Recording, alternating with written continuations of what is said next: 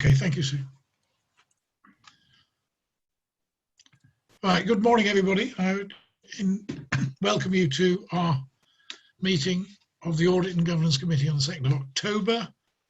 This is open to the public and press broadcast, and it is being recorded. Having taken some lessons last time we got together, I've now got my screen up, so if you could use the raising of the hand symbol when we get to the commenting stage, that would be helpful, and I'll do my best to keep an eye on it.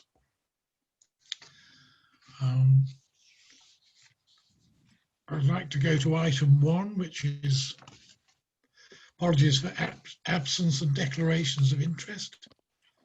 We have no apologies for absence. Are there any declarations of interest? No, there are none. Okay. Item 2, which is the chair's announcements. There are 2.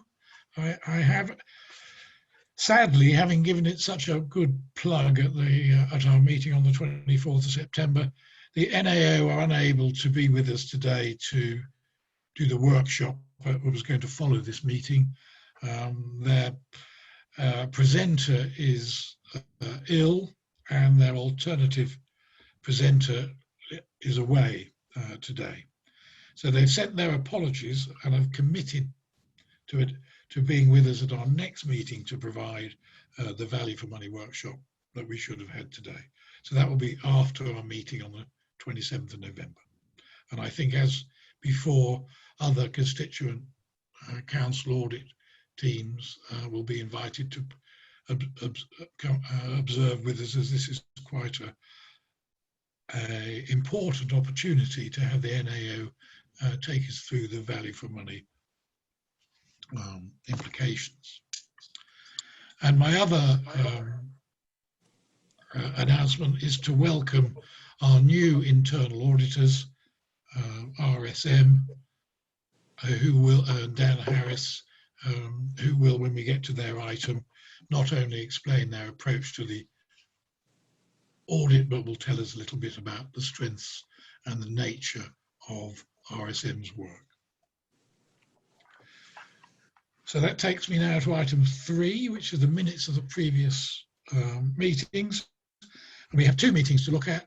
So if we take the 31st and matters arising from that, and then we'll go to the separate meeting that we had on the 24th of September on the Constitution. And at that stage, Robert Parkin will be able to give us some feedback on the CA's Combined Authority Board's reaction to the advice that we offered after we discussed the Constitution. So can we go to the minutes of the 31st of July? Does anybody have any comments on them, or would like either factually or any errors and corrections before we approve them? No? Okay, I'll take that then. No hands up that we've approved those minutes. Could we go to the action list then on the matters arising? So I'm just flashing up myself. Are there any points from officers to draw to our attention on the matters arising in the actions? No? Chair, I'm ready to give an update on the question in relation to company secretaries at this point, if that's the... Okay. I've got a hand up from Councillor Sandford first. Nick? Yeah, it's actually from the minutes of that meeting, item 12.4, that climate change should appear as on the future risk register reports as a discrete risk. I appreciate that the risk register is coming up late. I just wanted to ask specifically what sort of action has been taken. You will find it, Nick, that it's on the risk register when we get there, and I've asked the the monitoring officer to, when he introduces the paper, to give us a little insight as to the approach which is now being taken for those risks relating to climate change. Oh, okay, thank you. Sorry, and no more hands. Robert, do you want to talk about the item that we were going to raise? Yes, thank you, Chair.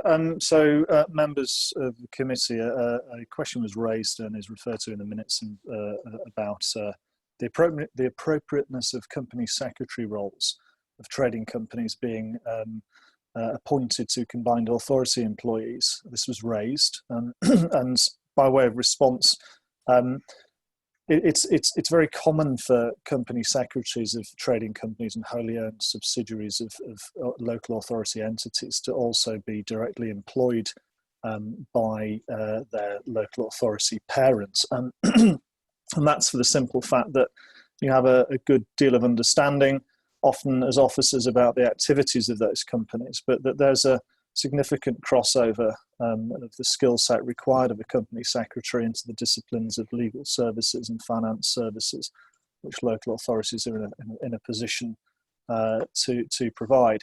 The challenge, of course, is noting that companies are separate entities with a defined set of objectives.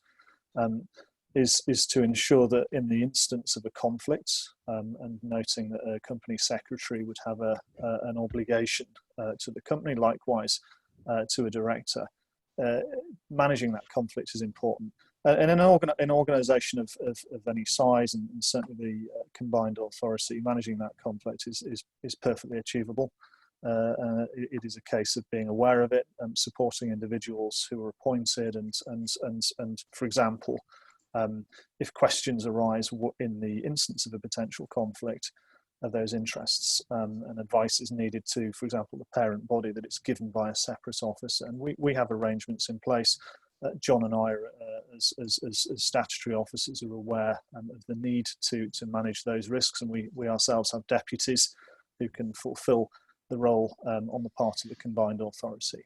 So it's usual practice. It often makes great good sense to do so, and we have measures in place to manage the risk of conflict. Thank you, Chair. Okay.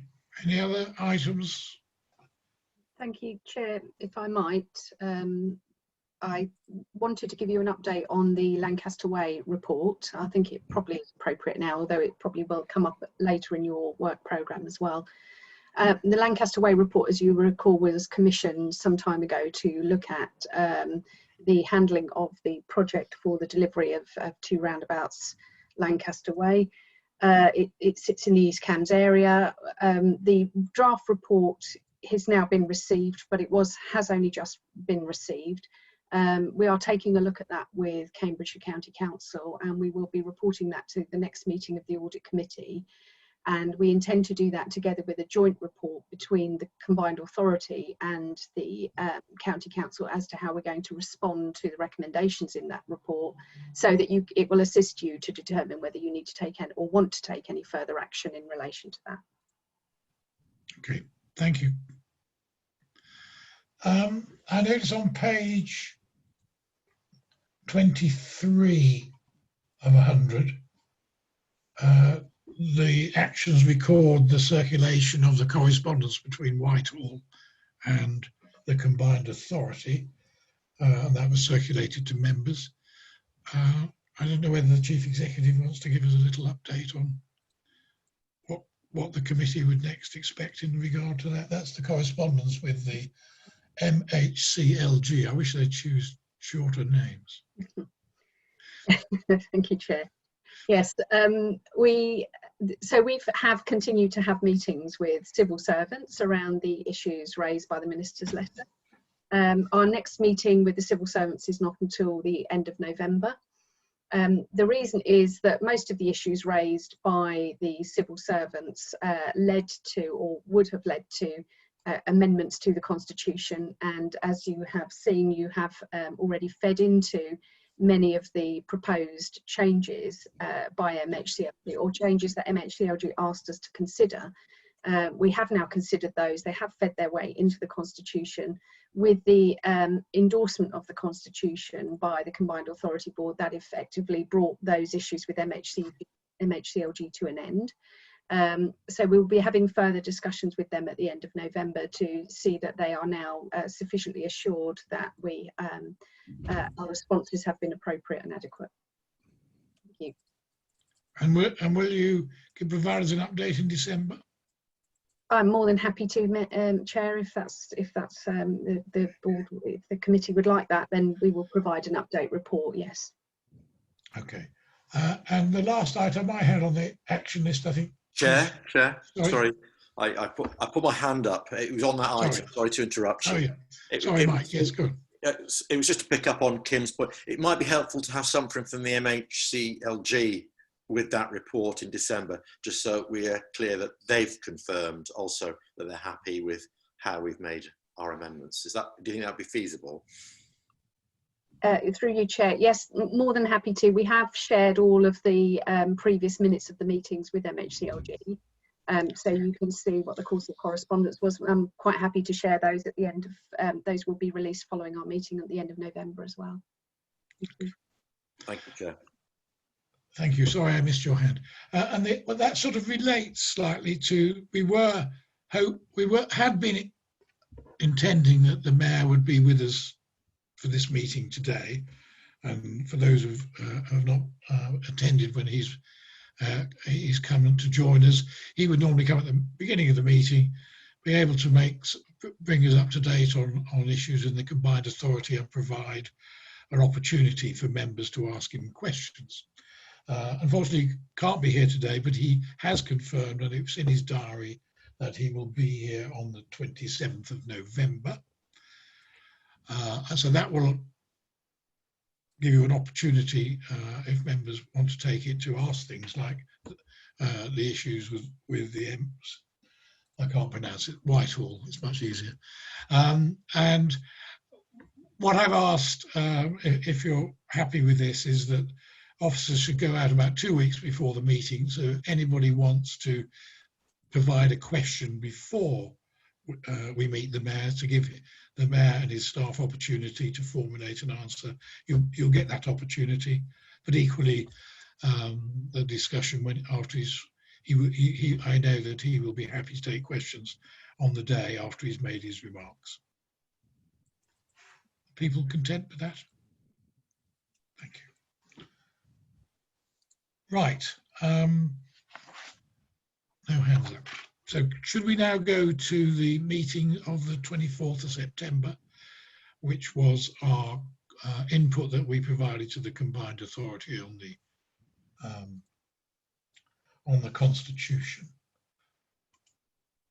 The minutes were circulated on the papers. Are there any comments on the minutes, either content or material? Are we happy to approve them? Okay. So could I ask Robert Parkin, the scrutiny officer, to give us some feedback from how the Combined Authority discussed the Constitution?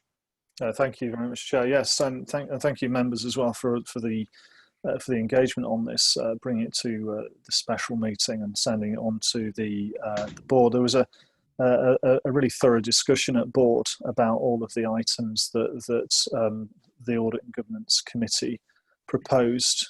Good debate. The Mayor, as Chair, proposed an amendment to the Officer Employment Procedure Rules, which was the only change to the documents provided.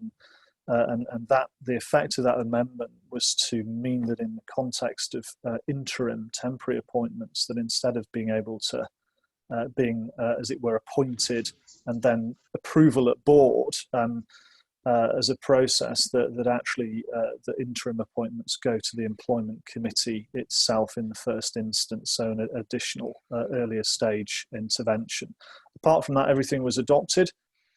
Really positive discussion at board. There was some discussion around the code of conduct, because as members of this committee are aware, it's based upon a draft document from the LGA. There was some robust debate about it.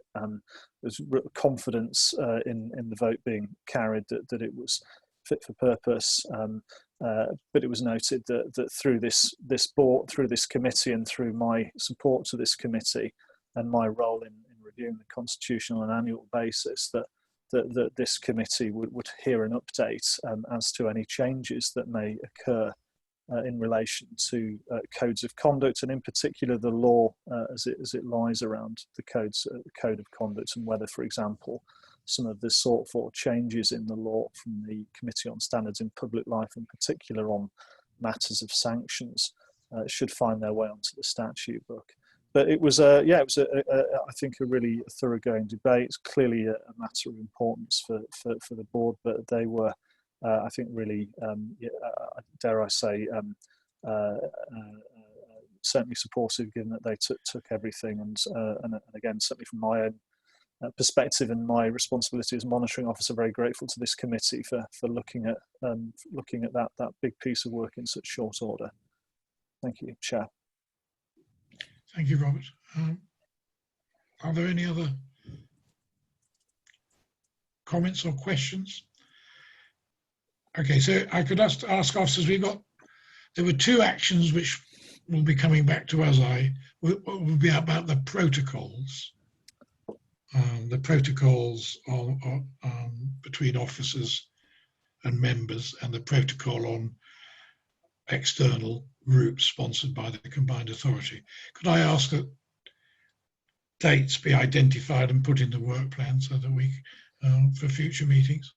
Yes, Chair. We'll liaise with you on when that best works in your estimation. We'll get that moving quite quickly. Another of the actions that went to the board was the recommendation that a letter be written to the relevant Whitehall department on the specific issue of the quoracy rules, and that letter is being prepared. I'll be passing it to yourself for a quick look over before it goes. Thank you. And could you include the chair of ONS? Yes. Because I know from her annual report to the combined authority, she finds the quoracy rules even more challenging than we do in our group. Thank you. Thanks. Are we happy then to move on to item 4, which is the statement of accounts and the external audit update, where we are being asked to note progress. So could I ask that John also introduces the paper? Yes, thank you very much, Chair.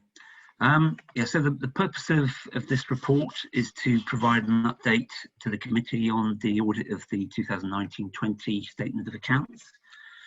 You'll recall that at the meeting of the 31st of July, the committee reviewed the draft statement of accounts and suggested a number of changes to be made.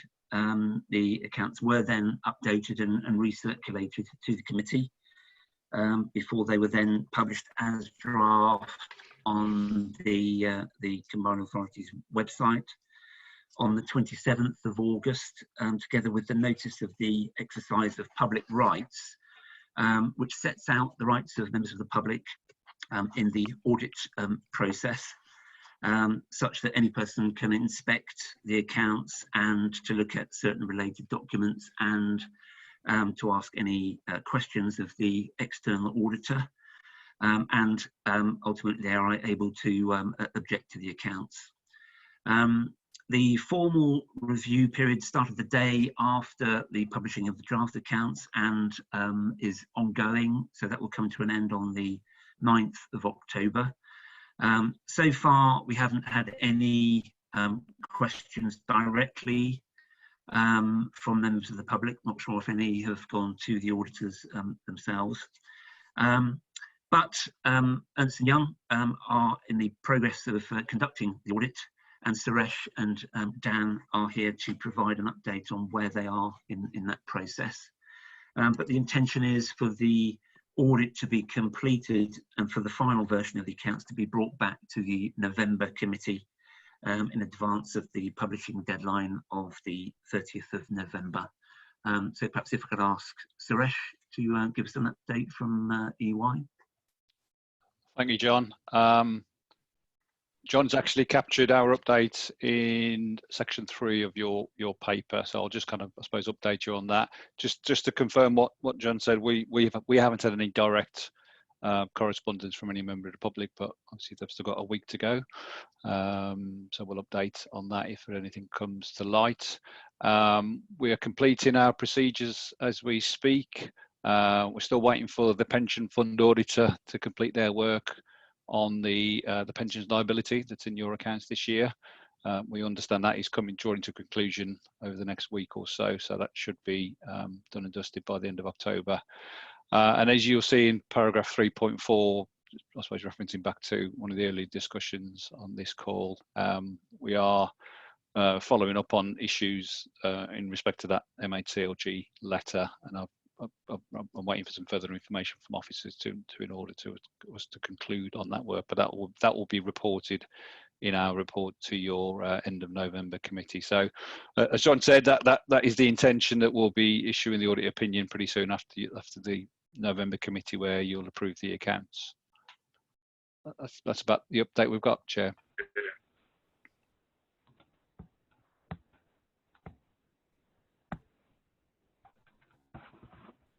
Nick Sanford.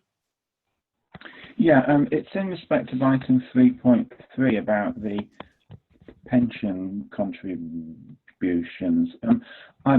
Peterborough City Council has recently announced that they're applying to MHCLG for permission to defer some of their pension contributions as part of a series of cost savings.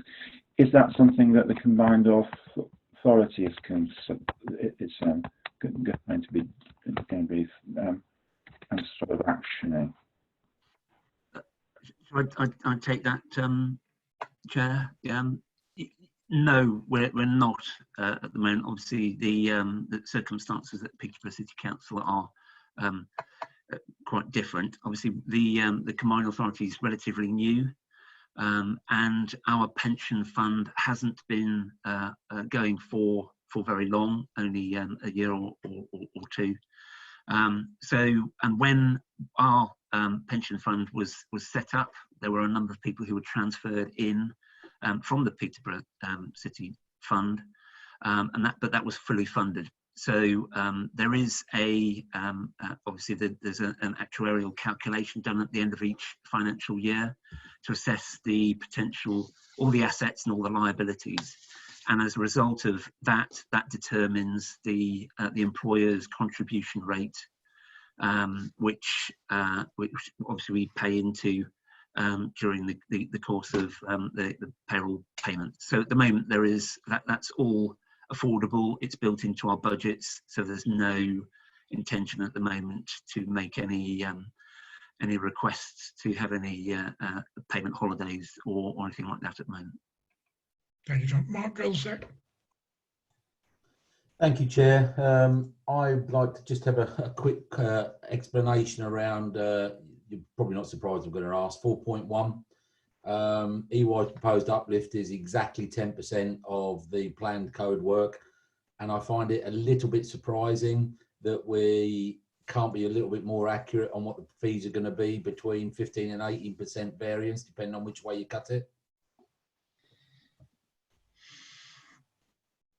So in respect to the fees that we included in the plan that we issued back in March, April time, obviously that was a kind of an estimate of what the final fee might be, and as we've alluded to, procedures are still ongoing.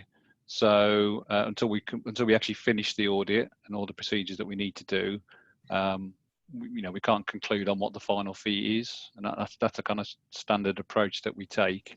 But we obviously want to be transparent with you about potential areas of additional fee, which is what we've done in the plan. Okay, okay, all right. If that's the standard thing, then we'll capture it further down the line. It just seemed to me as if there were some fairly large, vague estimates in there that, I mean, if you look at last year's fee at 35,350. Then the minimum we can expect to pay this year is a 10% uplift on that. Is that correct? Well, if you remember, the 10% uplift is what PSAA are looking at in terms of whether or not they should approve that as a increase to the scale fee. The other areas of increase are relating to additional areas of work, so things that are new, so that your pension liability, for example, is for the first year you are accounting for that. So that is obviously something that we didn't audit last year. Sure. So so the additional areas that we've identified are the additional areas of work, but we have to we're giving you a range because we obviously don't know exactly how long that work will take until we've actually completed it. Right. So I guess that's just answered the second part of the question then. So the fee is based on effectively hours or time delivered as opposed to fixed fee. Yeah. Okay. All right. Thank you. Thank you. Nick Sanford. Yeah, I just wanted to come back on that point that's just been raised actually about the fees, because what is the justification for a 10% increase given the fact, inflation's at about 0.6%, most people's salaries are going up by 1% or something like that. So it does seem rather a large increase. So I think we've talked about this in previous meetings, but just I suppose just to sort of summarise. So we are flagging that the changes in audit requirements in terms of regularity requirements from the Financial Reporting Council need to be reflected in the audit fees, and they weren't reflected in the audit fees when they were set by PSA. So that is the 10% uplift. It's around the kind of increase in terms of quality standards that we are required to adhere to. Thank you. Don't see any other hands raised. So can I just be sure that we're clear that if we take the accounts on our next meeting for approval on the 27th of November, we are within the timelines of the statutory need to publish or approve, sorry. John also. Yes, that's right. So the deadline for final accounts is the 30th of November. So if we meet on the 27th, I think it is the date of the next committee, then we should be able to publish in time for the deadline. So yes. And we're confident that that the risk on the pension side is manageable that we will have the data that external that EY need to complete that. Yeah, so we're expecting the pension fund auditor to complete their procedures and report back to us in the next couple of weeks. Okay. Well, could I just ask that I'm alerted if there's anything that impairs our ability to approve the accounts on the 27th of November? Thank you. Are we happy then to move on to the next item? Thank you, Suresh, and the external team. You're very welcome to stay, but I know you will have to leave to other jobs by 10 o'clock. We were going to stay for the RSM introduction. Okay, well, I'm delighted to hear that. Okay, all right. Good, thank you. So we'll move on now to item 5, which is internal audit. We have a short paper which is the sort of sign off of the previous year from internal audit. And who's going to introduce that? Do we have Steve Crabtree or? I've just put Steve into the meeting, so it should take a couple of seconds. There he is. Are you there, Steve? Steve Crabtree? Can you hear me now? Okay. Yes, I can. Would you like to introduce your paper, please? Yeah, thank you very much, Chair. Obviously, we've coming to the end of our cycle in providing you with internal audit service, and the paper in front of you is our last progress report.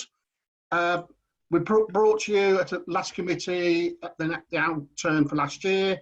The works you see in front of you have been the works we've continued to provide to the combined authority, so we can provide some continuity before we have the handover and transition to RSM. The focus of the works has been all the statutory grants which need to be delivered during that time, and there's 3 grants which we reported on: the Bays Let project grant, the EU exit grant and the local transportation one. Taking each one in turn, the Bays one, because of COVID at the time and getting information, we slightly missed the deadline. So the Combined Authority submitted in line with the deadline. We were able to then do some verification works on after that. There were some minor changes, and there was a revised submission, and that was been agreed. The EU exit grant, that's a new one which we weren't aware of. We're just liaising with John Alsop and his team just to get some final clarification on some figures. So it's avoiding cases of any duplication, and it's been sort of claimed twice. And the final one is the local transport grants, which we do each year. We also have to rely on the works from Cambridge County Council. They have undertaken their reviews. Peterborough undertook their reviews. They're sent to myself. I then do some verification checks, and I can say that on behalf of the Combined Authorities there, internal auditors at the time, that those grant claims are all fine and have been signed and sent off to the Department of Transport. So this is our last one. We have also had a handover meeting with RSM to provide them an update on the works we've done. We're in the process of providing them with all our audit reports, which we've undertaken, so we can have that smooth transition. I'm happy to take any questions now about the work we've done. Thank you. Okay. David Brown.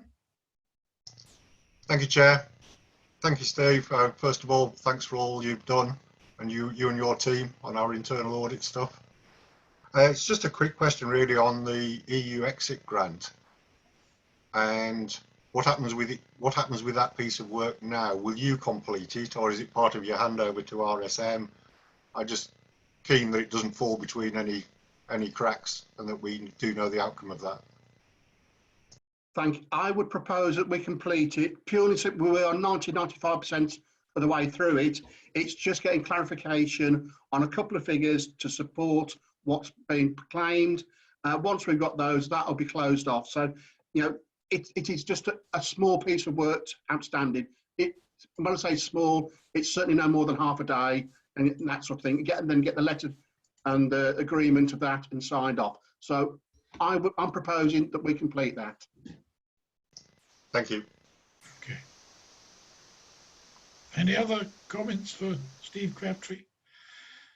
No, well, I'd just like to echo, Steve, thank you to you and your team for all the work that you've done in supporting and providing the internal audit service of the Combined Authority in the previous 3 years.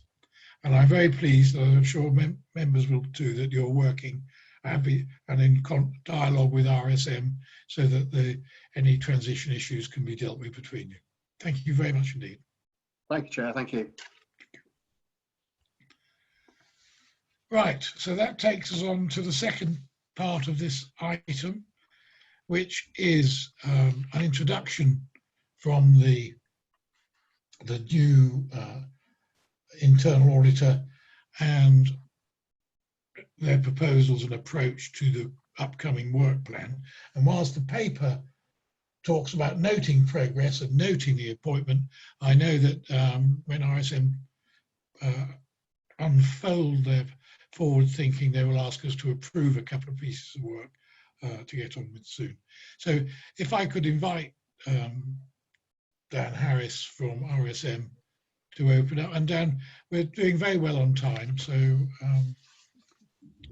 do take the opportunity you've got today.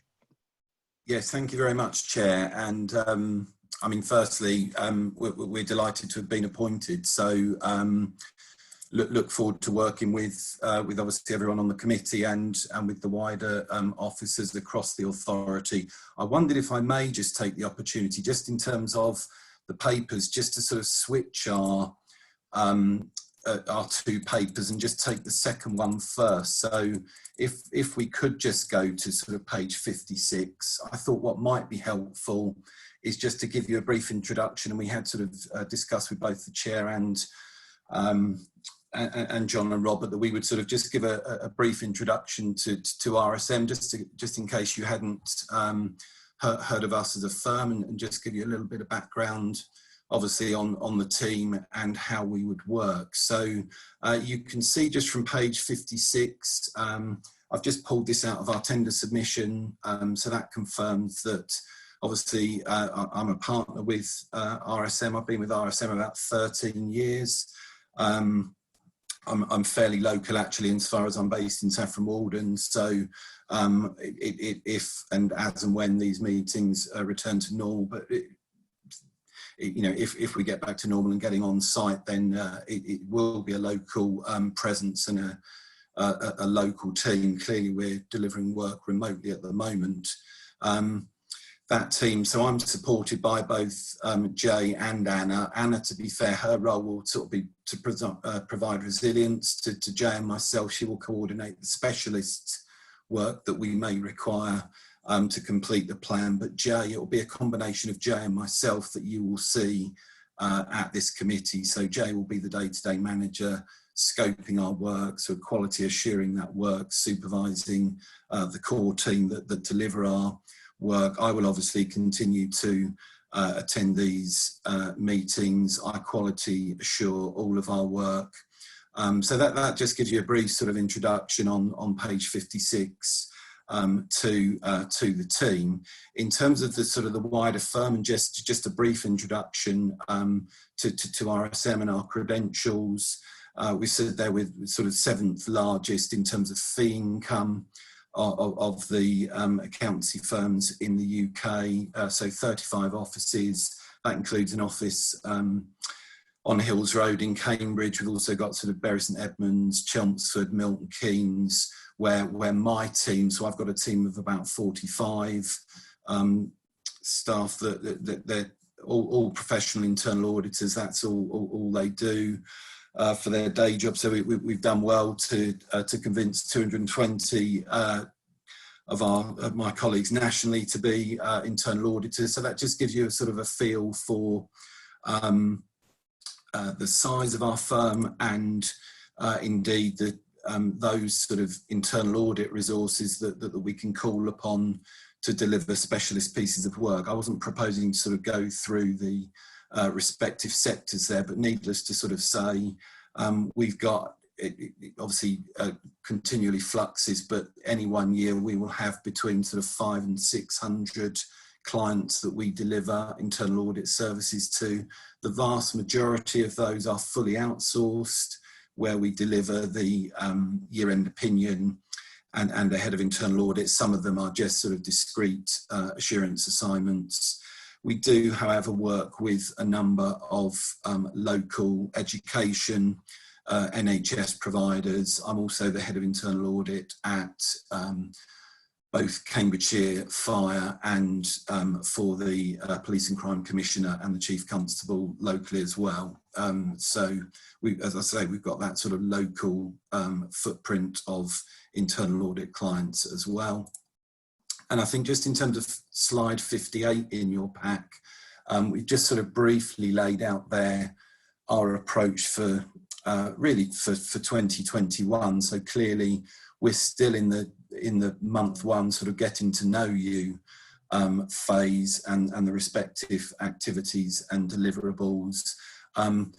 Going into month two, so going into October, what we've got to do, and we've explained that in the paper I'll come on to talk about, but we've obviously got to meet wider with the CMT and some wider officers really to sort of further inform our draft strategy that will come back to your November meeting. But just to sort of re-summarise, we've obviously got very much a discussion draft on the agenda today. Just to give you an early citer, that will be further updated and informed by some of those discussions and some of our sort of background reading and research.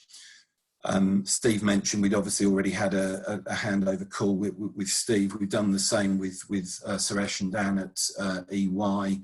We've also had a separate call with the chair of the committee as well. So clearly once we've got through all of those meetings, we will then bring a sort of full plan to your November meeting for approval, and then really sort of month 3 and onwards, it's delivery of that field work to ensure that we can, clearly we're late in starting the plan just through the appointment process, but really just sort of providing some reassurance to members of the committee that I think we're very confident we can deliver a full plan within 6 months, provide that year-end opinion, and again, just contextually, we're delivering pretty much, I would say, sort of 95+% of our plans to our clients at the moment remotely.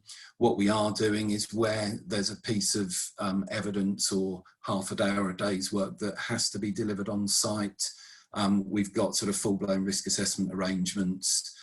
Clearly, if we don't go into a full lockdown scenario, where we would go through those arrangements and ensure that social distancing could be observed, nobody was put at risk should we need to actually physically have access to records or systems. But as I say, for the majority of our clients, pretty much 100% of the work over the last 6 months has been able to be delivered remotely.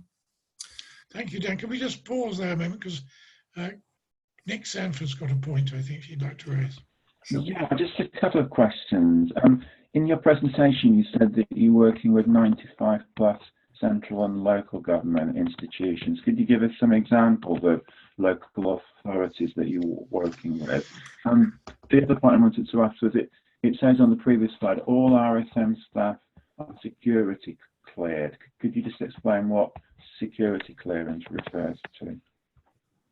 Yes, certainly. Sorry, I perhaps should have explained that more clearly. So in terms of the security clearance, we work with a number of police forces and indeed some other government departments that require a certain level of security clearance to be able to work with them. So we've sort of taken the decision as a firm that we may as well get all of our staff through that security clearance from an internal audit perspective. So I think it's different, but you may be familiar with sort of a DBS check in terms of safeguarding arrangements. So it's along a similar lines, but it's a higher level of check that each and every individual has to go through, complete applications, submit documentation, provide details of family members and so on, just really sort of high level security clearance. So hopefully that clears that up. Yes, just in terms of sort of some of our wider local authority clients, so that's across the board, across our service lines there in terms of the numbers I'm referring to there. So as you can imagine, as an accountancy firm, we deliver a range of services, whether that be project and program management, contract management, tax and VAT advice. As a firm, we didn't go for the external audit appointment, so we don't actually deliver any external audit services to local authorities, but in terms of our internal audit clients, we work with we work with Slough Borough Council, we work with one of the other combined authorities in an internal audit capacity. We work with a further 2 of the combined authorities, I think one in relation to sort of taxation advice, and another where we've delivered some work through our forensics team. So the numbers that I'm referring to there specifically in relation to local authorities are our sort of wider breadth of services, but we also get ad hoc requests in year to support some of the in-house county council, borough council, district council, internal audit teams, and indeed some of the London boroughs. We've done some work very recently, I think, with a couple of London boroughs, specifically around their subsidiary companies. Interestingly, I obviously heard that sort of wider conversation at the beginning of the agenda, and indeed I think that was a conversation that we've already had with some of the officers and the chair to potentially incorporate some coverage in that space within the internal audit strategy going forward. Thank you, Dan. Graham Bull, I think, has got a point. Yes, thank you, Chairman. Dan's already answered one of my questions, which was about experience with the combined authority. The other question was regarding staffing. Will we have a dedicated team? Will we have a consistent team doing our work, or do you call off members of your staff as and when? Yeah, I mean, that is a really relevant question. I think, to be fair, what we will try and do is where we think there's an auditor that has delivered, so for example, if it's a project management review and we've got an auditor that's delivered that review in a number of other clients but isn't part of the core team, we would have a discussion with the sponsor of that audit in terms of, would you prefer someone that's delivered multiple audits in this area but that may not be part of the core team that's sort of got to know you? Clearly, where we're bringing in specialists, so if, for example, we're delivering a cyber piece or some contract management work, we would look to bring in a specialist resource, so that wouldn't necessarily be part of the core team. But where we're delivering things like risk management audits, key financial controls, maybe some of the HR audit coverage, for example, that's where we would look to continue to utilise core team members that have become a lot more familiar with the authority, your processes, procedures, staff, and so on. Thank you, Dan. That was the burden of my question, really, because part of the internal audit process is understanding the organisation, not just formally, but informally as well. And so it's important that there is consistency of staffing in the audit team. So thank you for that answer. Thank you, Graham. Robert? No more hands up. Dan, please continue. Yes, thank you, Chair. So if we revert back just within the papers, then perhaps to page 38, which is the sort of executive summary and just the introduction really to what, as I say, what I've called the discussion draft of the audit strategy. I've already explained that this will be further updated over the next 3 to 4 weeks. So we've got that session, I believe, booked in where we will make introductions with the CMT and also obviously get their thought process in terms of the areas where they would seek some assurance. I think clearly where we have still got something to learn is around your other sources of assurance. So clearly what we don't want to do is duplicating any other independent sources of assurance that you may have access to. So we clearly need to understand where you have access to those independent reviews that may already provide some of the assurances over the potential areas for coverage. But yeah, as I say, the main sort of purpose of sharing this draft, you will see a very similar document come back through to your November meeting, but that will just have some further updates in terms of our 2021 priorities. What I would just say, just in terms of the covering paper, we were actually, I think we say that on sort of middle of page 38. If the committee was happy to do so today, we were actually seeking approval at this meeting to potentially commence 2 audits over the coming weeks. So you'll appreciate, I've sort of referred to the fact that we would, our plan would be driven by your strategic risk register. So one of the audits that we always do at a very early stage in any new client is a risk management audit to gain some assurance that we can actually place reliance on that risk management process and the risk registers in particular, because clearly if we are driving a large proportion of our strategy from your risks, we just need some early reassurance. So we felt that's sensible, and as I say, it's fairly sort of standard procedure for us to do a risk management audit. And I think typically we would always have some coverage of key financial controls, and that would typically fall into Q3. So again, it made sense, rather than perhaps wait until your November meeting and then have to agree dates into December and beyond, that what we would be able to do is get approval today to commence those 2 reviews. They will obviously be part of this year's programme, and then we would come back with the more fully populated document to your November meeting. Bottom of page 38 there, I think that was the other thing I was going to mention, that we've been requested and we're quite happy to have a committee development session. I've spoken with colleagues at EY with a view to why don't we combine that as a session to talk about internal audits, roles and responsibilities, external audits, roles and responsibilities, but we're happy to sort of outside of the meeting or through you chairing this meeting get some sort of further feedback on exactly what you'd like covered in that session. Just wondering whether there's any other specific part. I think that the document itself, I mean, I appreciate obviously everyone's read that. Just section 2 really, page 42. Clearly we then go into a little bit more detail again about how this might look. So we've put some potential areas that we've referenced. That's just based on the initial discussions that we've had with officers and with the chair outside of the meeting, but clearly that needs to be further informed by some of the wider discussions we're yet to hold with CMT. Clearly we'd indicated some grant verification work at the top of page 43. It's possible that that may now not be required given the update and the fact that his team have obviously looked at 3 grant claims you've seen on the previous paper. So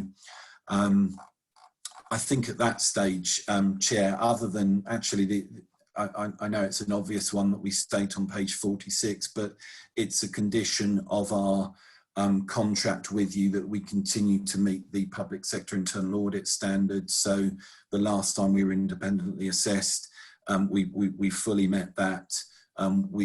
As you can imagine, we've got our own sort of quality assurance team internally that do regular audits on our audit teams to ensure we continue to meet that requirement. We've got another independent assessment scheduled in, I think, for next year. So we will report the findings of that through to the committee in due course. But happy perhaps again to pause there, Chair, and take any questions. Yeah, that's very helpful. Pausing point. Tony Mason and then Nick Sanford. Morning. I'm just going through the document. It's obviously the internal audit for the combined authority. Is there any restriction around what entities or businesses that the combined authority has a relationship with? Is there a limitation of scope, or is it covering all of the combined authority's breadth? I'm thinking of the business board and the future trading operations that will be coming on board and legal entities, or is it just restricted to the combined authority? No, it's very much my view that we would be able to incorporate some coverage of for example, any subsidiary companies that would be fully within the remit if you required a review and some independent assurance of the setup, the governance arrangements, the functioning, the finances, the KPIs, for example, around a subsidiary company, then that would absolutely fall within the remit of our service, and indeed we could deliver audits in those areas. Okay, that's useful to know. I was just ensuring that there's no limitation of scope for where the internal audit can go. Nick? Yeah, the idea was mentioned about having a workshop or tutorial sort of thing on how internal audit works and how external audit works. I personally would find that helpful. But the other question I wanted to ask is, you mentioned about you might want to do an audit of the appointments to boards and committees that are sponsored by the combined authority. At the previous meeting, the committee asked for a protocol to be drawn up as regards making appointments. So how would those two processes work then?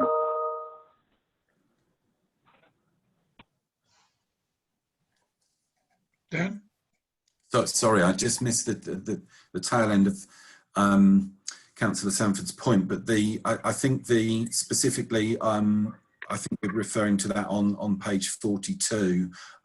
This was, I think, one of the areas that Robert made us aware of, indeed was brought to a previous meeting of the committee, and hence why it was suggested as a potential area for coverage in the 2021 programme. So we can absolutely incorporate when we're scoping that review. I'm assuming potentially that would be through Robert, that we could incorporate any areas of required coverage that you need assurance back on. I was just thinking that, would you wait for the protocol to be drawn up and approved, and then would you audit it, or would you be involved in the process of drawing it up? Is that? Well, I mean, we could do either or. To be fair, if because sometimes with these things it can. Now, whilst we wouldn't, so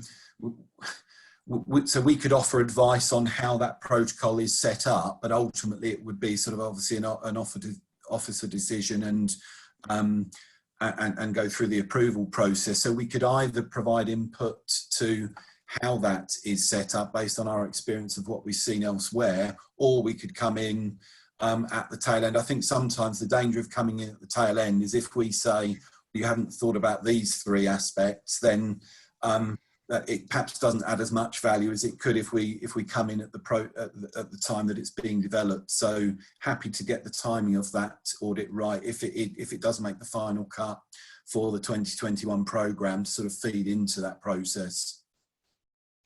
Thank you. David Brown. Thank you, Chair. Thanks for your presentation, Dan. Chair, it strikes me if we need somebody to propose that we approve the setting up of the two audits mentioned in the executive summary, I'm happy to propose that. So clearly we need to get RSM working on this as quickly as they can and get their feet under the table. So if you want a proposer, I'm happy to propose. Thank you very much. And are we happy to go on that basis for that particular thing? And I absolutely agree with the point that we want. And I'm very grateful that RSM raised it at the beginning, that we're starting late in calendar terms. But I did ask, and we received this assurance that the work can still be done, but we need to get started. So thank you for that. Was that it, David? Okay, thank you. Are there any other, I don't see any more hands up. Dan, did you want to say anything else? Or shall I try and say? No, okay. Happy with everything I said, Chair. Thank you. Okay.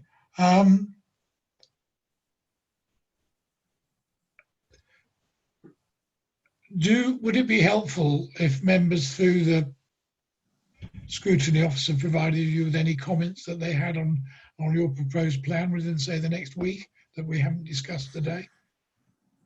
Absolutely, that would be helpful. That allows us plenty of time to then, as I say, meet with the CMT, review other documents, consider those comments, and bring that revised plan back to you in November. Okay. All right. Good. So the development session proposal, I think colleagues I think that's a good idea, and I think that would be rather late on in maybe at the end of the year. Dan, were you thinking of that? Yeah, that's right, Chair. I think we sort of briefly discussed that earlier on in the week, didn't we? I think that would make sense for the sort of March April meeting. Allow us to see sort of 2 or 3 of the committee's work. I think it would make sense if we've delivered 5 or 6 audits to then deliver that session. So yes, I agree with that timing. Okay, if I could ask officers to work that into our pattern of development works at the end of this financial year, that would be good. Are there any other comments? I don't see any hands. No, well, welcome. Thank you very much for that insight. The things you've asked for, you have our support, and we look forward at our meeting in November getting your final proposal of the plan for the remainder of this financial year. Thank you, Dan. Thank you. That takes us on to item 6, which is a Treasury Management update. and which we are being asked to review performance. Can I ask John Alsop to introduce? Is it John? I think actually it's going to be Rob Emery who's going to introduce. Okay. Right then, Rob, So- please kick off. Good morning, all. I'm probably presenting the driest of the reports this morning, so I'll try and bring some context and interest to it later on. Good. But first, I will have to go through the drier elements of it. This gives you the outturn position of the 1920 financial year and the year to date to the end of August of 2021. Treasury management is just how we meet our day-to-day cash needs to make payments to our suppliers, also making sure that our money is secure. There's 10 indicators within our agreed treasury management strategy against which we report to the committee. There's two. The first two talk about the size of the capital programme and how it's funded. Indicator 1 just shows the total size of the capital programme as it was planned to be last year, what it was in reality, and what impact that's had on this year. And what that shows is that we had a fairly large underspend on the capital programme last year, which was made up mostly of slippage. About 24 million was capital works that have been pushed forward into this year or next. 10 million was for Cambridge City Housing Programme, where that funding from government was actually given to the City Council directly, and thus is a reduction in our effective spend. And then there was about £1.5 million of savings found on capital programmes throughout the year. Indicator 2 just shows how we fund our capital programme. In a lot of authorities, this would go into some detail on debt funding, but for us, it's almost entirely by grant receipts because there's no borrowing for the authority at all. This brings on 3 to 7, which I'll go through very quickly because they're all about keeping track of the authority's debt and making sure we're financing it properly. And the combined authority currently has no borrowing. So I'm not intending to talk you through those 4 indicators, given that they're all effectively just zeros. It does show that we've made an allowance for borrowing in the current financial year. There's nothing in the capital programme that will require it, but for prudence sake, we've made sure that we have built in the ability to do so if it were needed. And then indicators 8 and 10 are effectively limits on the authority that we shouldn't breach in terms of how much liquidity we have and counterparty limits. All of those were met throughout 1920 and 2021 to date. So unless the committee has specific questions, I wasn't intending to take them through. There is one area in which we have breached treasury management limits. It's not within those 10 primary indicators, and that's in that we have a limit on how much we can have with invested with any individual organisation at any given time. And there have been 4 occasions this financial year when we've breached those, and they're all with our primary banking organisation, Barclays, and they're all when funding has come in after the point in the day at which we can make new investments. And they were all rectified the following working day, so the risk was minimised. So that's the sort of required update, and hopefully I didn't bore you too much. In terms of putting that in some more interesting context, hopefully, there's a couple of graphs in the report itself, and they just show us benchmarked against other local authorities in the country. And the first one with lots of horizontal and vertical lines is a scatter plot of how risky our investments are. The further to the right you go, the riskier. And Sorry, what page is that? I've got the individual report open rather than the whole agenda pack. Give me a second to find the whole thing. 64. 64. Thank you. So it should basically be 2 graphs of some red dots on a grey background, because treasury management teams know how to engage and excite. And so there's a blue dot, which is slightly bigger than all the others, which shows the combined authority.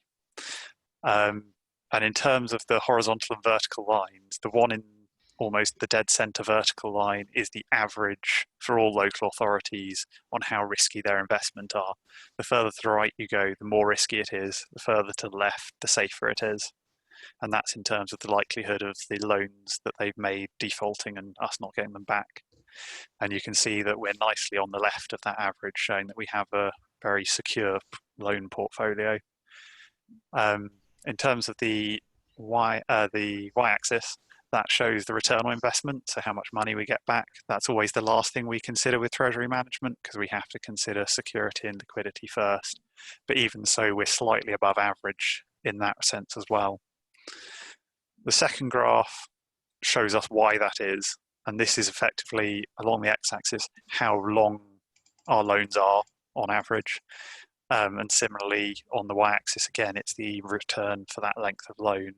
And as you might expect, the longer you loan the money out for, the higher the return. And because we're slightly above average on the length of our outstanding loans, we get slightly above average interest back on it. So that's just really showing that hopefully you think we're doing a good job in managing our funding in line with the Treasury management requirements. But what none of this shows is the impact it has on the combined authority in operational real terms. Could we just pause at that moment? Yeah, because absolutely. there are two hands up, which might lead us down that path or not. David, I think you were first. Thank you, Chairman. Thanks, Rob. Overall, yeah, very satisfactory report. Bearing in mind the role of this committee, though, I'm just intrigued as to, like on indicator 8, credit risk indicator. Okay, I know we haven't got any borrowings, but how is the target of 6 set? That's an advised target from our Treasury management advisors, who suggest that as a local authority where we don't really want to be putting this funding at risk, particularly as that's a requirement, they set a very high target for that, which is an A credit rating, or the number 6 is another way of expressing that. Yeah. So it's externally advised. Thank you. Nick Sanford. Yeah, I'm looking at paragraph 2.9 about the investments of the combined authority. In choosing investments, do we apply any ethical or environmental criteria? And I'm thinking particularly, because we've been talking about risks around climate change, and do we take any actions to avoid investing in companies that are heavily invested in carbon? And also in relation to indicator 10, that talks about interest rates, it looks at the possible implications of an increase in interest rates. What's increasingly being talked about is that the Bank of England may let interest rates drop below 0. What would be the implications for the combined authority if that were to happen? Okay. So in answer to your first question, sorry, I've completely blanked. What, could you repeat your first question? It was about 2.9. Yeah, the first question was about carbon investment. Investments. Do we apply any ethical, environmental criteria, and particularly at the moment, there's a lot of concern around climate change and investing in companies that have a quite large carbon footprint. Yeah, so we're required for Treasury management investments legally by government to think about security and liquidity before return. It's relatively quiet on ethical investments. In terms of what we actually do to enact those security and liquidity requirements, we actually only loan to other local authorities. So there are no loans directly to other companies, only to authorities. So I suppose, depending on how you think the operation of other local authorities are, in general, they should be climate positive, one would hope. But there certainly aren't any direct investments with organisations that are known to be oil investments or things like that, if that's your concern. Okay, yeah, that's fine. And in terms of indicator, sorry, No, carry on. When you finish that, there are no other hands raised at the moment, so you can take us back to where I interrupted you. Well, I think it will lead on very nicely from that question, actually. As the committee member, Councillor Sanford, has raised, the Bank of England base rate has dropped to 0.1 and they are looking at going negative. Indicator 10 itself is slightly odd in its phrasing. It's actually looking at what would happen if there was a 1% fall on our current balances. It still assumes that any loans we have outstanding would be re-let at their current rate. So it's effectively saying of our currently held balances, if there's a 1% drop in interest, what would we lose? And because of that, we don't keep a huge amount in our current account so that that risk is minimized. That said, we do keep stuff in our current account, and the rate on that has recently fallen. So we will be forecasting lower treasury management income because of that. The effect of that more widely is what I'll go on to speak about. In the last 2 financial years, we've received over 1.5 million pounds of interest on our held balances, which has obviously had a significant benefit to the combined authority. It makes up 17% of the unring-fenced funding we've received over the last 2 years. 15%, my apologies. And that is forecast, given the current circumstance around COVID and interest rates, to fall to almost zero over the next 2 years, which creates significant revenue pressure on the combined authority over the next 2 or more years. Combine that with no budget coming out this year, the devolution white paper potentially being pushed to next year, there are some big uncertainties we're facing. And that's feeding into the feedback we're giving to central government about asks to give mayoral combined authorities secure, reliable, flexible revenue income. But that's just to hopefully answer your question, Councillor, and also just general context of, while looking at our indicators is not particularly engaging, particularly when we don't borrow, it has a huge impact on the combined authority, the external market effects on this. That's a really helpful explanation, thank you.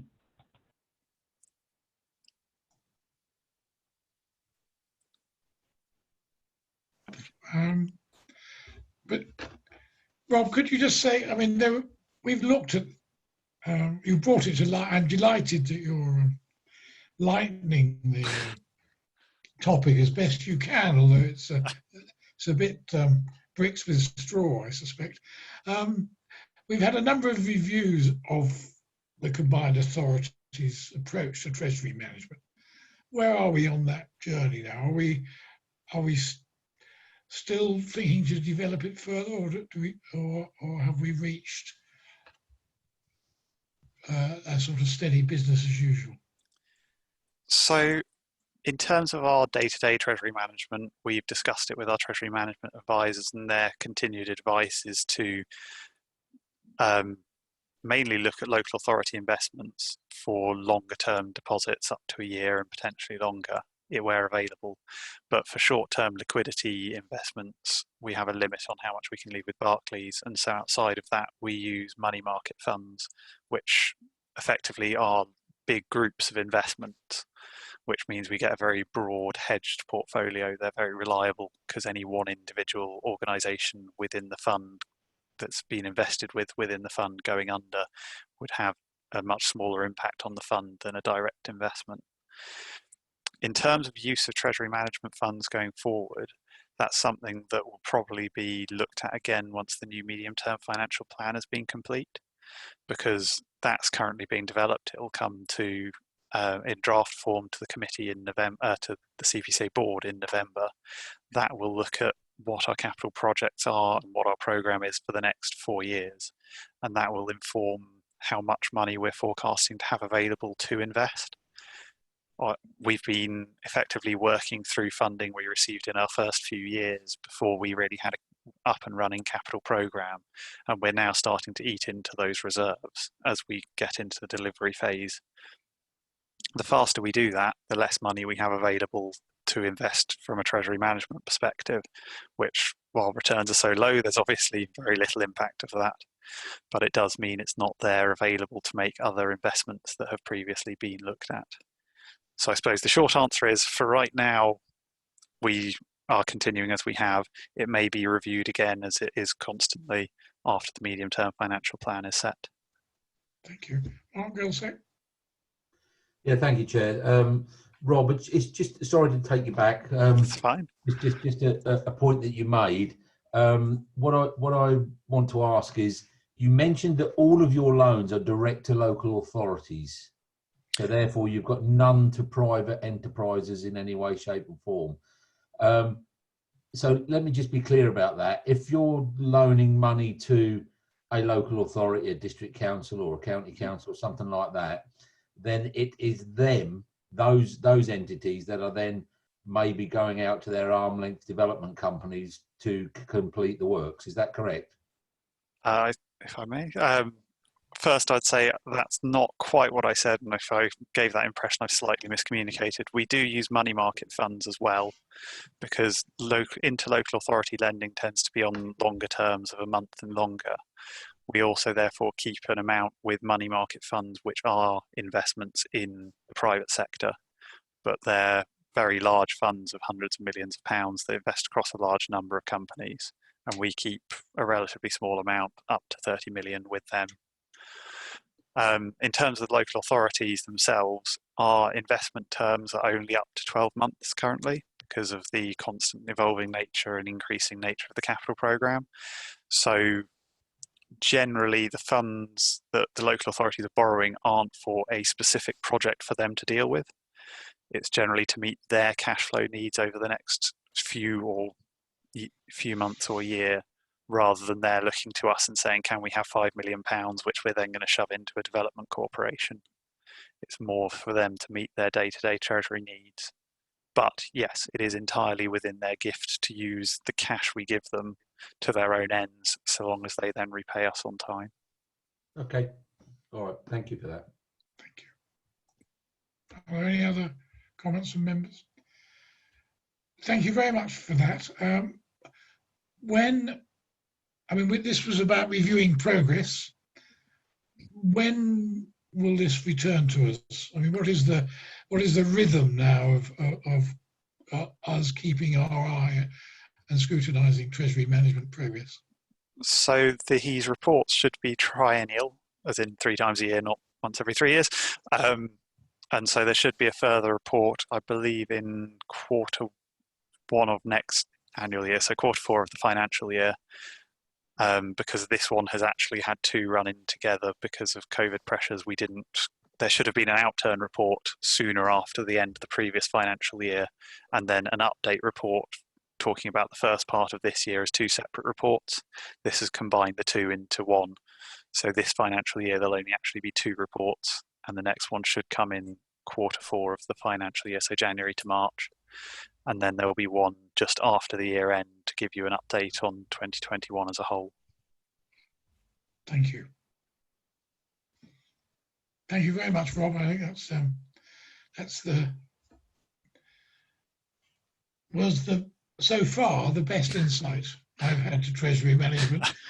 So please maintain that direction of travel when you capture our minds. But thank you. I'll try.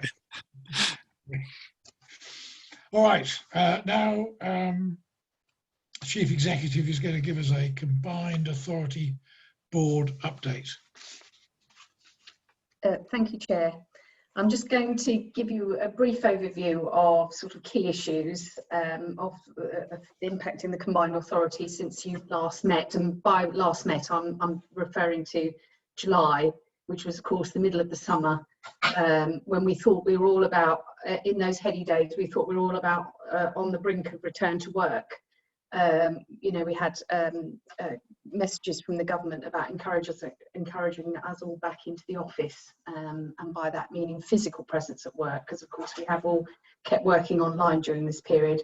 And we had the Build Back Better, and that's prompted some white papers coming out of government, which was their first indication of potential changes in policy and legislation that were going to impact us. So we had the planning reform white paper.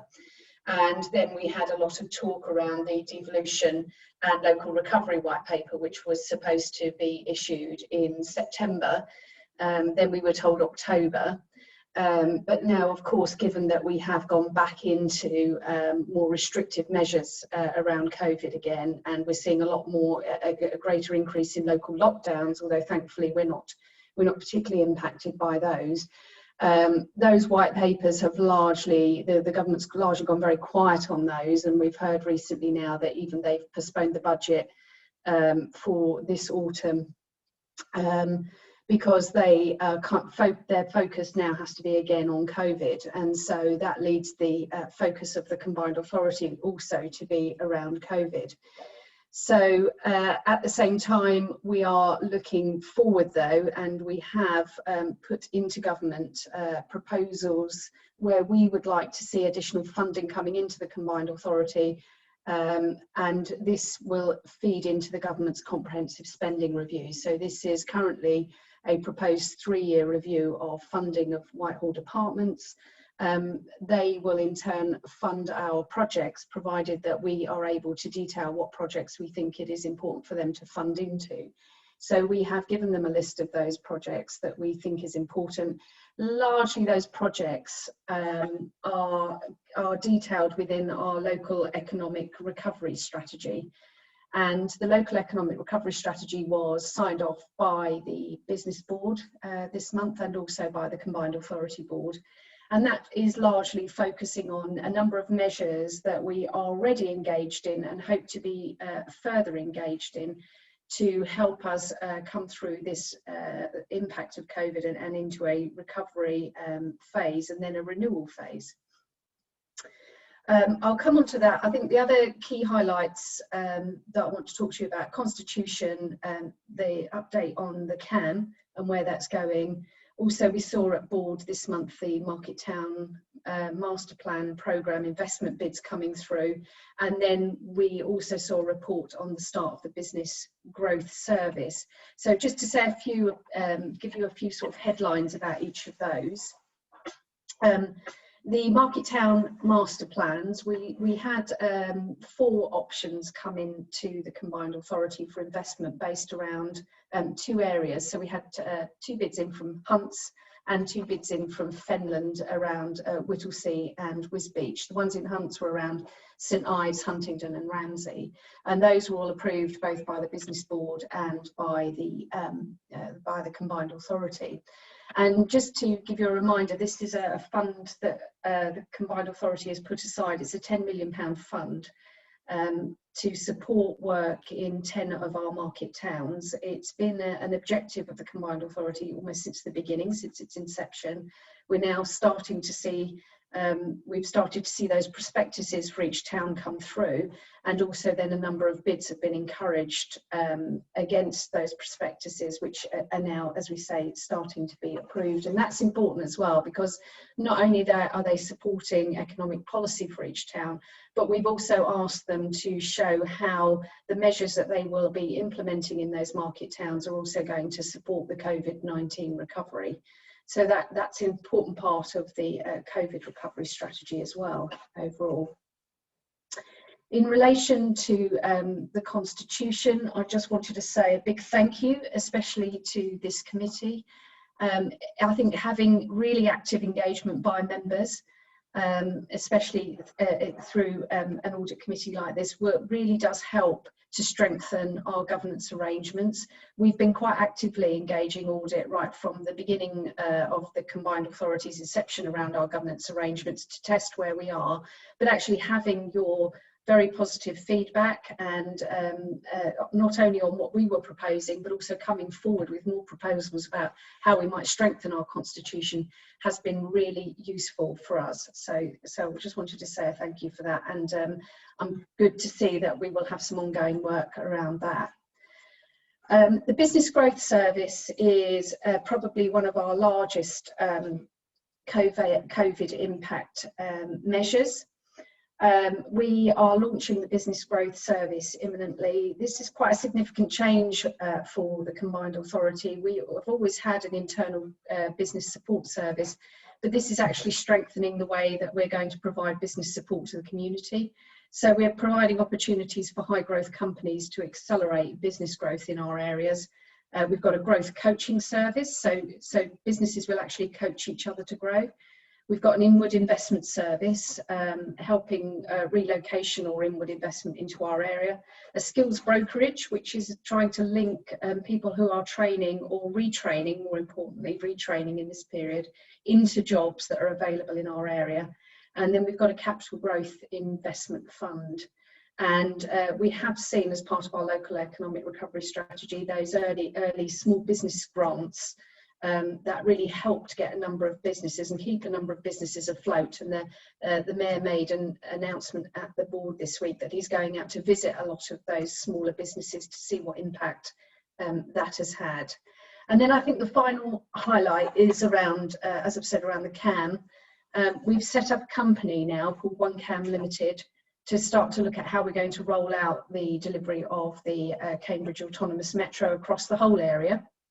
And the important point about the report to the board this week was to discuss and approve the appointment of Lord Robert Mayor to chair the board of that company. So that's was a very welcome addition to the board, and we will continue now to start to recruit some non-executive directors into that board. And we have talked about joining up our work now with the GCP to ensure that we are all aligned around what we're delivering for the CAM.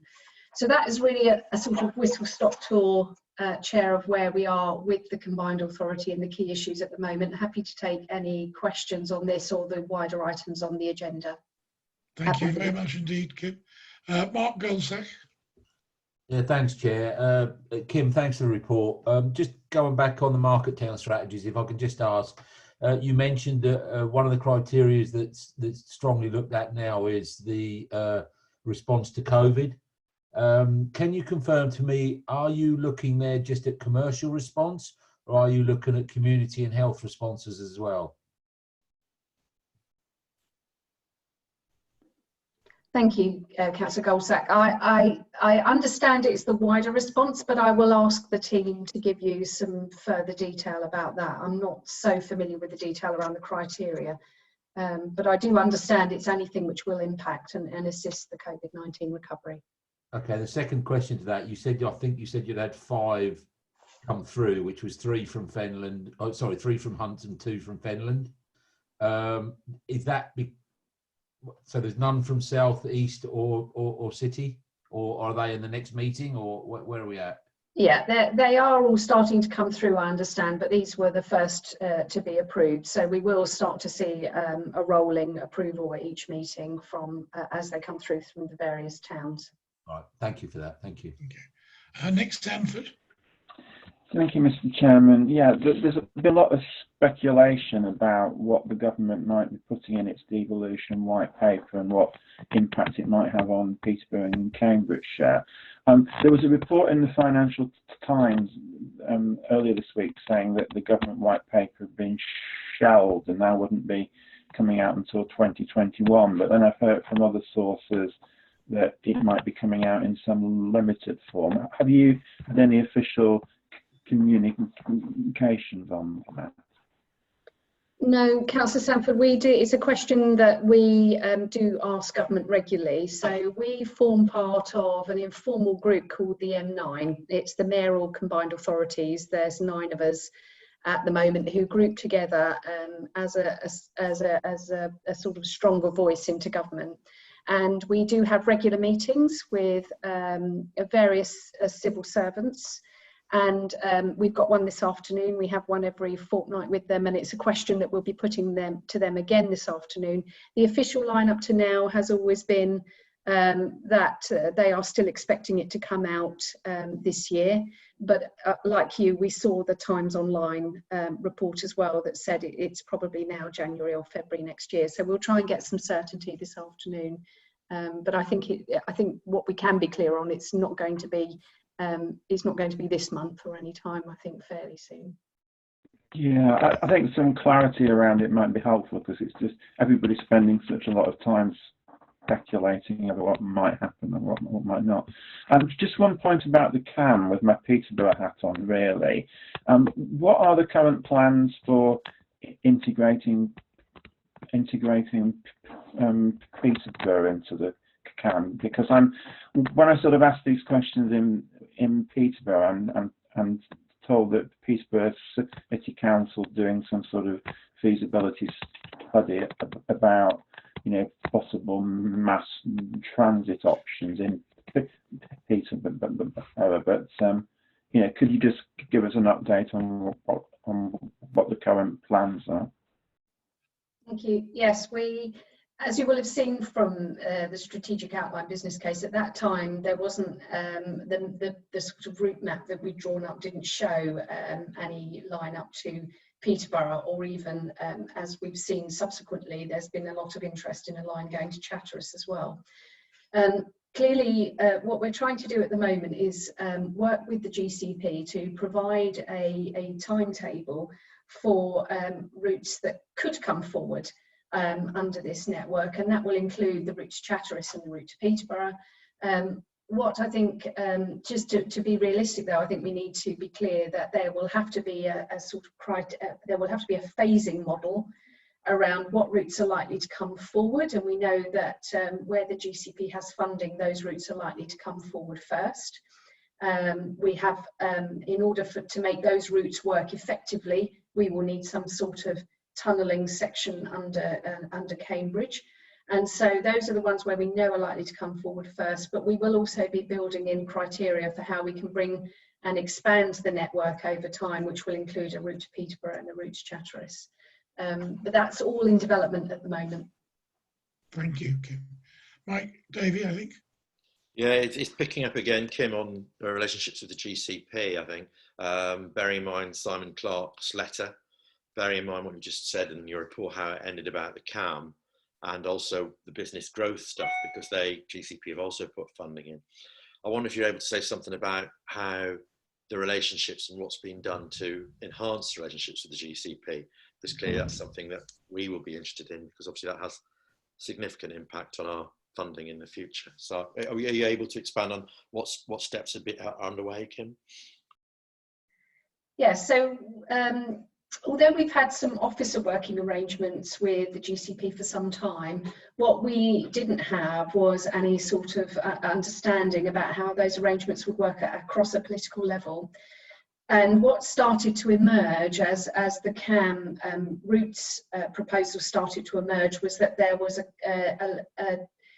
an understanding that the CPCA didn't have any active political engagement in decision making around those routes, and yet its local transport plan is the local transport authority. Its local transport plan held this as one of its key projects, and as you know, it's one of the key priorities for the combined authority as a whole.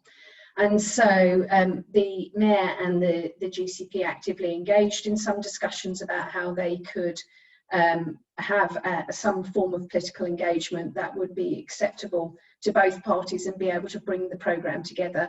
We now have an ongoing officer group, so I'm part of a stakeholder management group with Rachel Stopard and Peter Blake, and that I'm for the CPCA. I'm engaging with that together with Simon Wright, who we've recently employed. Simon, you may know, has worked on several quite high-profile transport infrastructure projects. And beneath us, then, our officers are working together to try and look at a programme and how we can deliver a single programme. And then, as you're aware, the GCP recently offered a seat on its board, its executive board, to the Mayor. Currently, that seat is offered at the discretion of the chair of the GCP, but we are hoping over time that we may be able to formalise that. It will require some amendment to the constitution of both parties, but if we are able to do that, then that would cement the political as well as the officer working arrangements.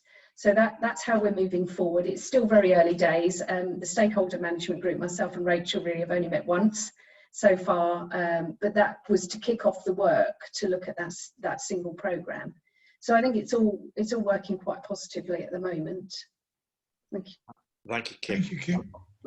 Chair, I wonder if we could have ongoing updates though on this one, because of the levels of finance that are involved, and because of the, if you like, well, I suppose basically because of the Minister's letter, it would be useful for us as an audit committee to make sure that things are being smoothed over. And obviously, again, there might be things that we need to do back in our individual authorities to support that work. Thank you, Chair. Thank you. And thank you, Kim. It's, as you know, I'm always grateful for these insights into business, because we're outside the management structure of the combined authority, so it is very helpful to us in our scrutiny role to get that texture of what is going on. And I'm pleased to say you'll be excused duties next meeting, because we'll be looking to the mayor to do that, and we'll be able to ask him the questions that are in our minds. Thank you very much. So that takes us on to the corporate risk register. Robert Parkin and Francesca Houston. Robert, are you going to introduce the paper? I am. Thank you very much, Chair, and hello again, members. As we've heard earlier in this session, the risk register is a document of importance, not least to this committee and ourselves as a senior management team, but will be an instrument utilised by our newly appointed internal auditor. And certainly as we carry on our development work with the risk register, we're envisaging an iterative process with the auditors to develop up a document that's inclusive and clear. We're hoping it's already that, but we're always open to further development. On that point, we've brought today's report to you appending the risk register, and the report does seek to highlight some of the particular changes, and I have Fran with me who will help us talk through the report. If I could just draw your attention to a few points in particular. Firstly, in relation to the risk IDs, sharp-eyed members will no doubt see that they're non-sequential. We're missing some of the numbers on the risk IDs, and by way of explanation, CMT has carried out an exercise of ensuring that this risk register is carrying corporate risks and doesn't have, as it were, directorate or departmental risks straying into them. But there is a place for those departmental risks, and it's within the departmental risk registers which forms it with a feeder pool to this document. So if you're seeing missing risk IDs numbers, it's because of that. So just taking in turn some of the points that we consider key for your notice. 2.6 of the report refers to them if you're reading along. So risk ID 16, that's the key point there is that the mitigation plan and actions have been updated due to recent lockdown measures. We've got risk ID 17. We've got an updated mitigation action there due to the report which we've referred to earlier in this meeting on Lancaster Way. Risk ID 10. Residual likelihood has been decreased on that, and we've moved the overall categorisation from amber to green. And moving forward on risk ID 14, we have an increased risk on that item because of the lean staffing at the CPCA and what we anticipate at the moment, although it will be kept under revision, the long-term, possibly long-term requirements to work from home. There's also a new item, and that's on the climate change risk. Members will of course know the background of this being having been key to highlighting it as an item which should go onto the risk register. There's an entry set out there. Happy to talk that through with members. We listened to the call for that to come onto this, and the discussion at the last CMT meeting to consider the risk register, and yeah, we were keen to set that out. So, as I say, I've got Francesca with me who can talk about some of the methodologies that we use when putting together the risk register. I'm certainly happy to field questions about particular risk entries and to support a discussion today. Thank you, Chair. Thank you, Robert. Nick Sanford, did you want to say something? Or your hand is up, and I didn't know whether that was... No, sorry, I hadn't put it down from the previous occasion, apologies. Okay. Graham. Thank you, Chairman. Just to ask a question about external risks. I note that you've got climate change on now, which is fine, and you've got a risk of partners not being able to fulfil their element of combined operation with the combined authority. In Huntingdonshire, we've looked at our relationship with partners and key partners particularly, and one of the risks we've identified is the potential for failure of a key partner. And I wonder if this is something that you have thought of in terms of the risks to the combined authority. You mentioned, or rather Councillor Sanford mentioned, that Peterborough are undergoing some very significant cost savings at the moment. This is purely hypothetical, and I pick on Peterborough only because of that comment. But what would happen to the combined authority should Peterborough find itself in some form of distress? And I mean, I'm not suggesting a Section 114 notice, but if one of our partners were to fail, what will we do? So happy to respond. Looking to our risk register and how it treats of those risks. Of course, they arise in several contexts. We work very closely with our constituent authorities in delivery and the way we operate as an organisation. If we look at Risk ID 1, which indicates, I guess, the crucial nature of those relationships, it's certainly highlighted as a risk that external delivery partners, and that includes those other local authorities and constituent authorities. Yeah, we work very closely on a political and senior leadership level to understand where partner authorities are and to support them through the way we manage our projects and the way we manage our budgets and in many other ways. Clearly, there is a risk of failure is something that we're aware of. Now, whether actually failure of a partner local authority would occur is a matter for wider policy and government intervention. In relation to the specific delivery of our projects, our mitigation plan and action is very much to work closely. It's to seek to understand how every link in the chain was working and how robust that was, and to consider the wider market and respond accordingly. And certainly thinking about the context of delivery, we work with partners who may be in distress at different points. We respond to that. Members of this committee may be aware that several combined authority boards ago we took a paper on examining the repayment terms of our housing delivery partners, and that was undertaken on advice, on a clear understanding of how they were facing the economic context and environment they were working in, and we responded as a combined authority by offering appropriate screened and hopefully effective measures to respond to how they are able to deliver at the moment. So it's a sort of our eyes and ears piece, I'd say.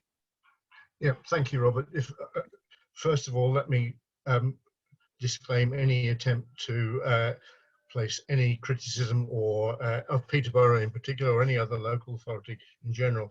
Just the point I was trying to make, and probably badly, was that I think we need to be external looking for the risks that are out there, as well as internal looking. I think you've answered that question, so I'm grateful for that. Thank you. Mike Davey. Two things. The first is actually linked to Councillor Bull's comment, but it's about the softer relationships. Again, with risk being boring, should there be some reference in our risk register to relationships with the relationships rather than financial relationships we have with other authorities, in this particular instance GCP, but it could be broader, because again, as I was indicating in props, rather heavy-handedly indicating to Kim, the relationship with the GCP is going to be significant. If it's not working, and the minister's indicated it's not working, isn't that a corporate risk? Because that therefore will have knock-on effects to our work. So I'd welcome a thought on that. And the second thing, just out of interest, how much are we spending on the 3 officers to mitigate against Brexit? I'd be quite interested to know. I didn't know we had got mitigated officers for Brexit and the combined authority, but I'd be intrigued to know how much we're spending on it. Thank you very much. Thank you, Chair. I'll seek to answer. Well, I think it's going to be a holding answer for the second part of that. We'd need to identify the amount of work that actually was going in and possibly incorporated within other roles. We can certainly give a bit more detail to this committee and take that away as an action, if we're content to do that. The question about softer relationships and how they figure in our appreciation of corporate risk. The risk register is hinging itself on I think, as it were, hard actions and specific events. I think for me, where those soft relationships come in to an appreciation of risks, they're figuring in, for example, that earlier commentary I referred to about how we work with external partners and delivery partners. And again, if we look at our mitigation measures, they're very much focused on developing relationships with effective communication and early warning. Yeah. Sorry, Chair, can I just briefly respond? Thank you, Robert. I do appreciate it's problematic, Robert, but nonetheless, it'll have a significant impact if the softer stuff isn't done. So it's how you do that, and I'm more than content to wait to hear back the financial implications. Thank you. Thanks. Thank you, Mike. David Brown. Thank you, Chair. Just one quick comment on what Mike just said about Brexit, etc. Robert, don't forget we're getting the grant as well. So it's not just the cost, we've got money coming in to cover that. But coming back to the numbering, and thanks for your explanation. I don't know, I still wonder about that, because if there's risks that are identified sufficiently importantly to be given a number, somewhere between 1 and 18, I think this committee should know what that risk is, even if it is held departmentally. If they're important enough to be identified, we as an Audit and Governance Committee ought to know what they are. Okay, well, Chair, sorry, jumping in to respond. No, please do. We'll certainly, we'll certainly add into the next iteration of this report. We can describe those and as it were, what their fate became and where they currently sit. Great, thank you. And as mentioned, we've got the value, of course, of our newly appointed internal auditors and their input on how we develop the risk register will certainly be something that we're keen to embrace. So we'll want to develop this over time. We'll want as well to think about ways that we're presenting it to you. I'm still conscious that we try to do various things, but still it's a very large sheet of paper. And we're still very open to ideas about different ways to present those risks. Okay. Thank you. I don't see any more hands up. Thank you very much for that. I think that piece at the end, Robert, about trying to get one's mind into this in a way that helps us think towards it, and it's a little bit, it gets better every time, but it's still a bit of a challenge, and it's very good, I think, that the internal auditors are going to have a look, because their insights might help. But to my own mind, talking about risk numbers, I find it quite difficult to have to go back to the spreadsheet to find out what the risk is. So it's some of the ways on the top piece, if you can put the label rather than just having to cross-reference, that would be helpful. And I think what also might be helpful next time would be a little description of how environmental risk, climate change risk is now being managed, because there was a tension between the views that we expressed as members, or the members expressed, on wishing to have a climate change risk versus managing it within the projects. And I'm keen that we've exerted our influence by highlighting climate change, but just getting an insight next time on how you're balancing the management of that would be helpful.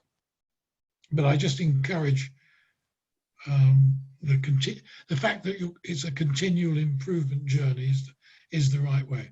And thank you very much indeed. I don't see any more comments, and I don't think we were asked to review and recommend.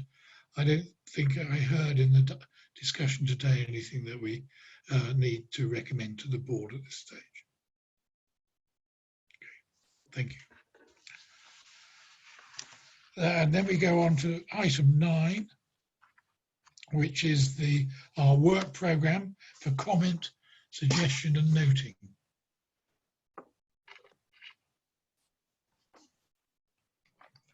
Robert Fox, are you introducing? Yes.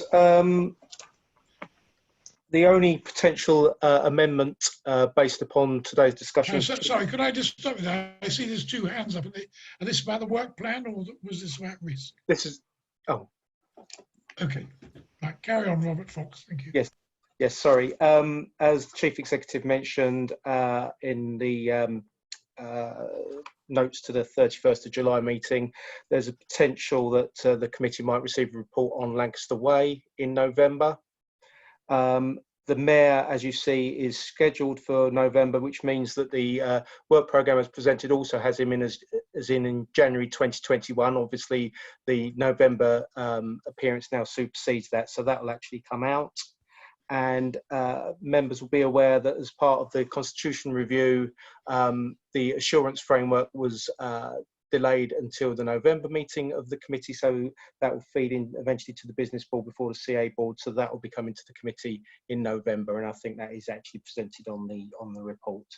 And the other thing I will add is the development session on internal and external audit for sometime in the spring. Thank you. Nick Sanford. Yeah, I just wanted to question really why we need to keep all the historical items on the work programme, because at the moment it seems to go all the way back to July 2019. Wouldn't it be a more concise document if it was just looking forward?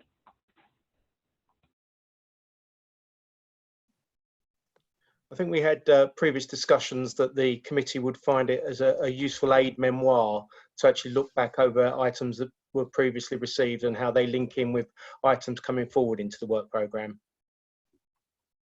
Yeah, I think I discussed with officers earlier today that if it was done the other way around, so the future's at the top and the past is at the bottom. Yeah, that's a really good idea. Yeah. And I'm sure that the scrutiny officers would be grateful for any feedback you wanted to give them individually on how you've found the way they provide that information, because it's keeping it too short can be as bad as causing too much working in where we've got. So I hope members see this as an evolving process, and I know that the scrutiny officers are open-minded to and would welcome any thoughts on format that you might have. Are there any other comments on the work plan? Okay, thank you very much. Well, as has already been said, we're meeting again on the 27th of November. Officers will come out and ask for any prior questions you want to have for the Mayor, and we will get now with the confirmation from the NAO our development session on value for money afterwards. So on that, at 11:53, thank you very much indeed. See you in November. Bye.